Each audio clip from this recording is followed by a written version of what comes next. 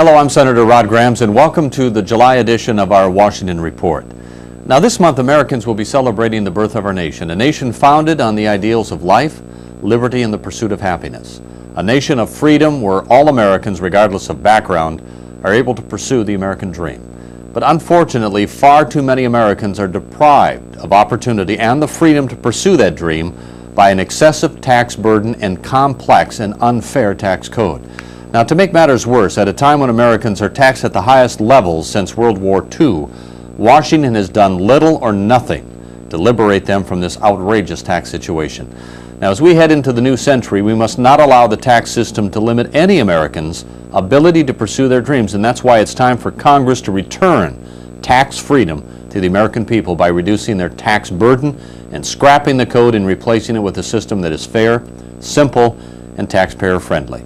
Now, the signers of the Declaration of Independence would have expected nothing less. Now, my guest on today's show has been a leader in the effort to bring tax reform to America's families. He is Senator Jeff Sessions of Alabama. Now, Senator Sessions joins us today. Again, welcome very much. Thank you for taking your time to be with us. Good to be with you, Rod. That was a magnificent opening statement. Oh, thanks. And I just want to say this, you live by it. I mean, you are the conscience of the Senate when it comes to spending money and being true to our commitment to reducing the burden of taxes on the American working people. And I really appreciate working with you and your leadership. And these are critical issues, not just to leave more money in somebody's hands, but it strengthens the economy and it makes our nation stronger. And it also puts the choice where it should be. And that's in the hands of the taxpayer. I mean, the families who should decide how the money is spent, what services they want, what goods should be provided for them, and not the government. I mean, Washington should not and cannot make all those decisions. You are right. This is freedom. It's a choice between state and personal freedom. And every dollar you take diminishes a taxpayer's freedom and increases the power of the state. And you and I were talking earlier about the percentage of the gross domestic product that goes to the government. It is now at 21.7%, the highest it's been in many, many years. I think it's the highest ever been. And that is unacceptable. Those of us who want to reduce government cannot argue with that number. Taxes have gone up, revenues are up, but they've also gone up as a percentage of the gross domestic product. I mean, when you say the highest ever, I mean, that even takes into consideration World War II, when the effort, everything was focused on defeating, the Axis, Nazi Germany and Japan, etc. And yet now we have surpassed that in a time of peace. And it all goes to, government spending, and you can always equate power follows the dollar. And if Washington has got more of your dollars, it's easy to see that Washington has more power or more control over your lives. When we're talking about an excessive tax burden on American families, and this has really snuck up on them, as you have mentioned, what it was 40, 50 years ago compared to what it is today. I mean, it used to be about 7% of GDP back in 1940, now to 21.7% of how much it takes out of a family's income. What can be done really to reduce this outrageous tax burden? We have an outstanding opportunity now. We are developing a surplus. We have a strong economy, and if we don't spend all that money, but we use the opportunity to actually reduce the tax burden and get that percentage of taxes that go to government reduced, it's a one-time opportunity perhaps. We just do not need to squander it. Yes, we need to pay down the debt. Yes, we need to make sure we don't have another deficit, but we ought not to give up the opportunity to get continued reduction in taxes. You fought for, and we were successful in getting the $500 per child tax reduction. That's important. For a family of 3, that's $125 per month tax-free for them. That's a lot. That means something to that family, and we ought not to lose sight of it. And when we talk about the surplus, I'm always kind of amused, you could probably say, when people in Congress and in the administration run around and pat themselves on the back for the great job we did to get this surplus. But really, the surplus is there in spite of what Congress did, not because of what it did. And I think it goes back to what you said about a strong economy, and it's because of the productivity of the average business out there, of the average worker out there, that have really contributed and grown this economy. And really, revenues have come into Washington faster than we expected, so we didn't spend them all. And there lies why we have the surplus. So really, we've got to be very careful now of what we do with this surplus. not to go into spending, but to really give it back to the people who have earned it, not Washington. And isn't it incredible how many efforts are made to spend that surplus? I've been amazed. We have caps on spending. We agreed to certain limitations that we swore to the American people and the President agreed to. And we're already finding ways to use fees and costs and other manipulations to get around it. And it takes determination and commitment, as you've shown, to be prepared to shut this process down if we don't adhere to the principles that we were elected on and the commitments we made to the American people. It's not always easy, but I have a sense that if we don't drop the ball, we might turn this country in the right direction now. I'm really excited about the possibilities. And as you said, this is the great opportunity to do it when we're in a time of a strong, healthy economy, when there are the projections of surpluses in our budget. And I'll just go back to 1981. You know, we could go back to 1961. When John F. Kennedy cut taxes, which spurred the economy, led to some real economic growth and higher revenues to the Treasury. Ronald Reagan did it in 1981, which doubled the revenues to the Treasury in just a matter of 9 years, from about $500 billion to over $1 trillion per year in revenues. But I'll just kind of throw out a couple of numbers here quickly when we're talking. Wait a minute. Reagan cut taxes and income to the government went up? Is that what you just right. said? Oh, I thought everybody said the reason we have debt was because Reagan cut taxes. Well, I kind of look at it as because we spent more money. I think that's what happened. Spending went up hugely. Spending went up faster than even the new revenues to replace it. I was talking to Governor Tommy Thompson of Wisconsin, and they're getting ready for a third round of tax cuts in Wisconsin. And he said, you know, it's funny, every time I've cut taxes, the revenues increase to Wisconsin. So, I mean, it is a real boon to the economy, and it doesn't mean that you're going to get a smaller slice of the pie, but the pie gets bigger. And when the pie gets bigger, everybody benefits. Workers, businesses, families, so there's more to go around, so productivity increases. But when we talk about tax cuts, you know, we've got what in our budget? $30 billion on the Senate side, $101 billion on the House side. We're advocating the $101 billion and not a penny less. This is a great opportunity for a time to reduce the size of government, to begin cutting spending and returning some of these dollars to the taxpayer. Well, I'm proud of your leadership on that. You have been selected to serve on the conference committee as the conscience of the Senate on that very issue, to make sure that we achieve that kind of tax reduction. And it's a compliment to you and to your reputation for being true on this issue. When I was going to mention the Ronald Reagan tax cuts, now this was in 1981, during times at the time yet in deficit spending. But the proposal he put on the table for tax relief was $767 billion. Tip O'Neill countered and said, well, we can't cut taxes that much. We'll cut them $647 billion. Now, this is in 1981 dollars. If we'd put that in today's dollars, the Reagan tax cut was $1.6 trillion, and the Democrat Tip O'Neill's response was $1.3 trillion. That was in times of deficits. Now we can't even get a $30 billion tax cut, which is less than 1/3 of a penny on the dollar that we spend. We really need to get, what can Americans do? What should they do to help convince Congress they need some tax relief? Rod, we have a congressional election coming up. They ought to ask those candidates, each one of them, will they work to reduce taxes along with cutting spending and paying down our deficit? They need to insist on that. And if they don't get a clear answer, they ought not to vote for them. They ought to be sure. And we have an opportunity in the Senate every 6 years. Senators come up every 2 years, a certain 1/3 of them do. And the people, if we will stay on them. And another issue is, will you vote to eliminate the tax code as we know it? 3,000 criminal pages in the U.S. Code, 10,000 regulatory pages can be eliminated. It can be done. It's a question of will, and I hope that the American people will insist on each candidate that they support. Will they be supportive of it? And that's the way to make a change. It's worked before. The House has already done that. They've taken the vote to eliminate the tax code. It's now up to the Senate, but the President calls it irresponsible. Well, it's not irresponsible. It's irresponsible to continue this bizarre process in which everybody now has to have an accountant virtually to complete their tax returns. Accountants are complaining to me it's too complicated for them, I'm sure you've heard that. Sure. They're saying you've made it even more complicated every year, and to say we couldn't have a realistic rate, whether it's totally flat, I favor a flat tax, but there may be other proposals. But just to eliminate this, and you could fill out your return on a postcard, is possible. It certainly is, and that's what I'd like to see us do. Because the current tax code now is really, you know, anti-family, it's anti-jobs, it's anti-economic growth, it's social engineering, it's the government telling you what to do, how to spend your money, where to invest your money, when you can get a tax break, when you can't get a tax cut. Again, they're more in control, where this would take all that away. And business could make decisions on what's good for business, families would make decisions on what's good for their family, when to put money away for education, when to spend for that new house or new car, etc.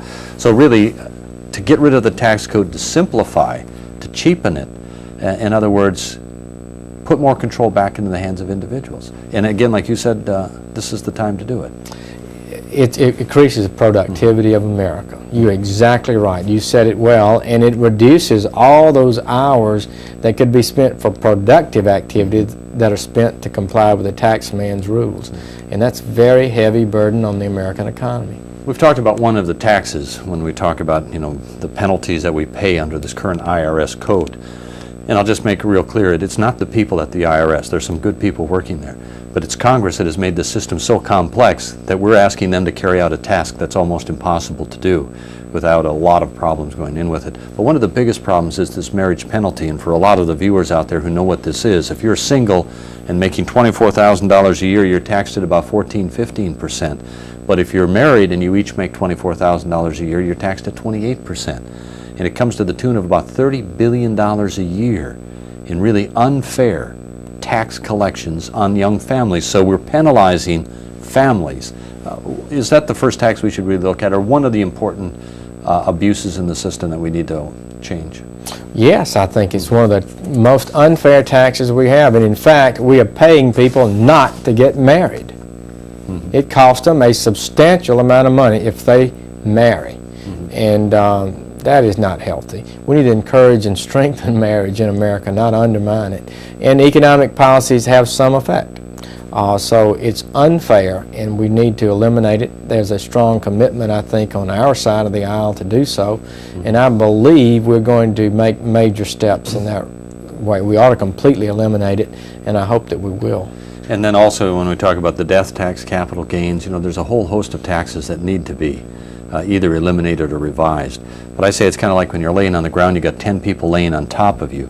If you take one person off, you feel a little better, but you still got an awful lot of weight on your back.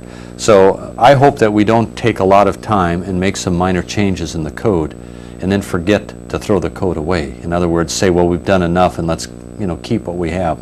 I think we got to keep our focus on the long term, and that is, let's make as many changes as we can to relieve the tax burden and to make the system more fair and friendly, but at the same time, don't lose focus or the chance to replace it with something better. I think you're right, and I just thought about it as you were talking earlier. We've cut the capital gains tax by 8%, and then down even more than that for lower income persons. Let me ask you, have tax revenues gone up or down? Yes, they've gone They've gone up substantially. This actually, by reducing capital gains taxes, you cause more volatility in the markets, more sales and resales, and people actually paid more taxes, but they paid at a less rate. It strengthened the economy and brought in more money. I think we can do that more and more. But under some of the rules we have in the Senate, the budget, the pay-go system, and the way it's scored by the Congressional Budget Office that says if you have a tax cut, you have to score it as a loss. So you have to look at ways to offset it in order to keep the budget, the pay-go system in place. But as you mentioned, the revenues actually go up, and it's been proven time and time again, but we still don't change the process or the scoring, which is another important thing we need to do. Well, certainly the budget profits have been in error. As early as January of this year, they were predicting an $8 billion surplus, and now what we're at, $50, $80 billion surplus. Right. Even well into this year, they didn't have an idea of what was happening. So I think we do need better numbers. It's hard to make decisions here, as you know, when you can't get good budget estimates. Quickly before we take a break, before we move on from taxes, but you mentioned the flat tax. There are many who favor, as I do, the national sales tax, but either one would be better than what we have as the current system. What do you see as the advantages moving to a flat tax or another tax way of? Well, the first thing is would reduce substantially the burden on people in complying with the tax man. It would reduce the size of the Internal Revenue Service. It would reduce cost, and it would allow people to apply their resources in a rational way, not to make decisions based on what the tax consequences would be. That would improve the productivity of America. The sales tax, the consumption tax, has some very attractive features. I have not shut the door in my own mind on it. I think maybe there's more momentum now for a flat tax, but we'll see as time goes by. But whatever, we need a major change, and we need to chunk this tax code and come up with a simplified plan, and it will work. It's not impossible. It's a dream that's within our grasp, but the American people are going to have to be heard on it. And they're going to have to be a very important part of this debate, and I think that's why we need to bring this up, get them involved, make sure that they look at both or all the alternatives that are out there, and somehow weigh in. Give Congress some kind of a direction in which they think that we should go, because you gotta, the American people are pretty savvy, especially when it comes to partying with money, and I think they want the best code that's going to provide the revenues we need, but also that we don't overcharge the taxpayer. I agree with that. I've seen the debate between Congressman Army and Tozan on the flat tax and consumption in my hometown of Mobile, Alabama, and I was fascinated by it. I think the consumption tax had more support after the debate than the flat tax, but it wasn't any doubt that people wanted one or the other. Right. We're going to take a break. We'll be back and talk with Senator Sessions right after this. Vince, that new dummy cam is great. Yeah, it'll sure give people a whole new outlook on what it's like when you don't wear a safety belt.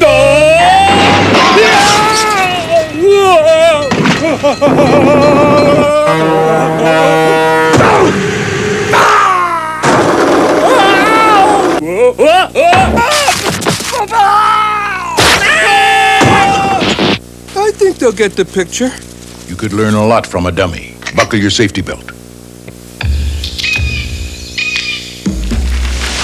He protects all living things in the forest. But he can't do it alone.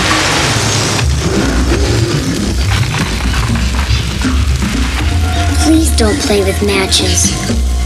Put out your campfires. And never ever forget the words of Smokey Bear. Only you can prevent forest fires.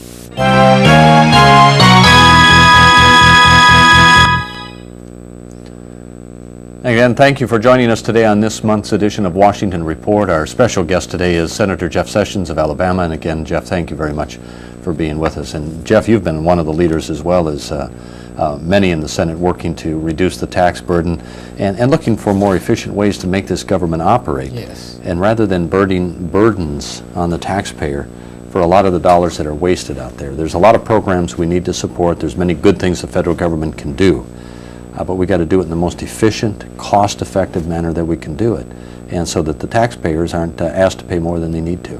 That is so correct. I mean, we owe it to them. It's their money. It's somebody's money.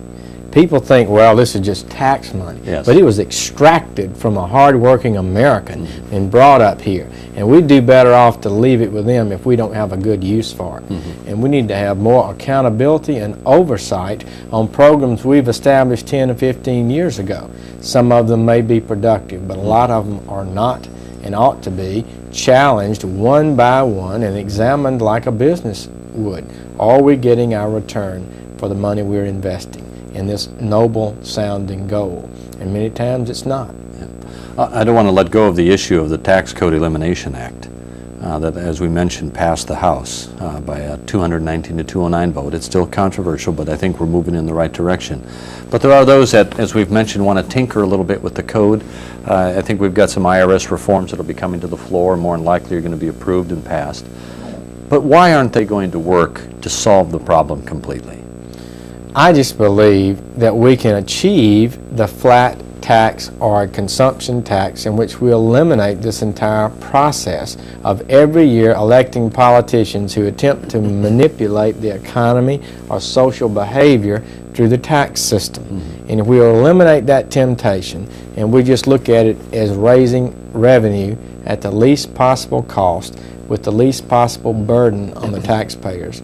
It's bad enough to take their money, but to make them go through several days of intense record keeping to get their normal return file is even worse. People say it's going to be awfully hard to do this, to tear out a system that's so ingrained in our society. And as we know, we've had about 40 years of overlapping one law on top of the other law, one loophole over the top of the other loophole. But to extract that all out, they say, is almost impossible. But on the other side, it's almost imperative that we do it. Do you believe in that the American people are going to get behind this? And what do they need for information from us? I think they need to know, first of all, the simple concept that it certainly will work. You know, you give up some deductions, things you may have gotten in the past as a deduction that you've patiently kept up your medical things and all that. You give up all of that, and then you just write a check based on the percentage of your income. And then everybody will benefit in the long run. There may be some who benefit more or less than another one, but overall the economy and the average American will benefit, and that's who we represent. And I'm telling you, if the American people are heard, it will happen. And people wanted honesty in sentencing, and the judges said it couldn't happen when I was a federal prosecutor. Oh no, you got to only serve a third. We'll overcrowd the prisons. It'll never work. It is working. We've had a lot of other reforms. Reagan cut taxes in California, and they said California was going to sink into the ocean, and it didn't. And other governors are making historic reforms of their taxes, and the economies in those states are booming, and we can do it here. Now, about 85% of the people across the country believe we need some change in the current tax collection system in this country. 75% believe that cure is tearing the IRS out by the roots.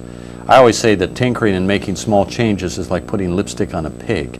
It might be a little cuter, but it's still a very ugly system. Yeah. So again, we don't want to waste a lot of time. There's so many problems that we want to address in the short term. But again, in the long term, I believe that a change in the system is what the American people are going to really need. Rod, I was a federal prosecutor. I prosecuted tax fraud. Well, the more complicated the tax code is, the more IRS agents you've got to have. I pay my taxes, and I don't like it if somebody's cheating on theirs. The simpler you make it, the more you can catch the crooks that are cheating and really defrauding the honest people who pay their full taxes. And the less harassment the honest person is going to have from the tax man. That's another very important reason, I think, to simplify the tax code. Now, the President said when it was passed by the House, and he had said this earlier, that it's irresponsible to pass a bill calling for the elimination of the tax code if you have nothing to replace it with. Do you think it's irresponsible, or I like to describe it as the stick of dynamite under the chair of Congress, that in order to get Congress to move and to stop procrastinating is to actually pass a bill saying, this is gone, how are you going to collect money in the year 2002? I think you're right. I think that will, it's the way the American people have of saying to the Congress, if you don't give us something else new, you don't get any more money. You can't collect anything. So I think we'll come up with something new, don't you? I don't think Congress would go one day without the ability to tax somebody in some form. I think we'll scurry around and get a system together, and it certainly wouldn't have to be complicated. And I always like to say that Congress acts better in a crisis mode, or always likes to create a crisis in order to enact some kind of legislation. Well, this would create the storm, this would create the crisis, and it would really force Congress to do something, and to do it in a very short term, because the more lead time that Congress can give the country on how we're going to move from one tax system to another makes it even a smoother transition. Well, you're right about that. We owe it to the American people, American corporate community, to give them as much notice as possible. By setting a date off in the future, we're committed to the kind of reform, and it gives us time to reach those goals effectively. I think we need to be serious about it. But to me, it is not impossible and very simple to have a much simpler tax reform. Now, you mentioned about the town hall meetings that are being held. Congressman Billy Tozan is out advocating a sales tax. Dick Armey is doing the flat tax, and they hold these town meetings. You said they had one in Mobile, Alabama. How they're going to do 29 more By the end of the year, we're hoping to get one into the Twin Cities, into Minnesota, to give Minnesotans an opportunity to look at it. And by the way, they've played to crowds, if you want to talk about success, of 4,000 to 5,000 people have attended these meetings, so there is a lot of interest. So how do the American people get involved? I know attending these meetings, watching them on C-SPAN is one way, but they also got to be very vocal. They have to let their congressman, their representative know either they're happy with the system as it is, or they would like to see some kind of change.